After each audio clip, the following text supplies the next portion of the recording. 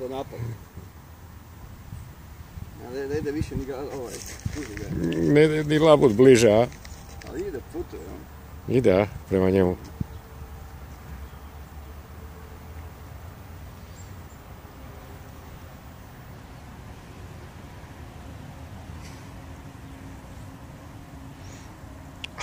Ja, vada. Jo. Pa kaj je to? A? Sad ih imam oba dva u kadru.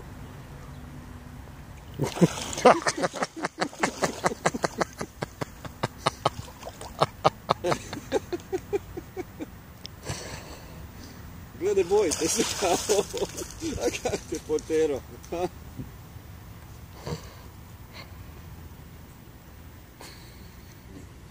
To je ptičica.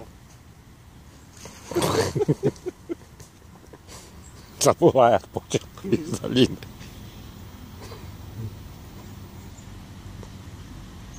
Pa kaj je bilo, kan? Pa jesi ti opasan, a? Kaj ga zajebava ga, labud? Odi meni, brzo dođi. Pa kaj je bilo? Reci mi. Pa reci mu kaj radiš tu? Tak, reci, ajde. Ajde reci mi. Zdravo. Moraš pričat s njim, da. Pitaj ga, hoće se igrat. Je to prijatelj? Nije baš, a?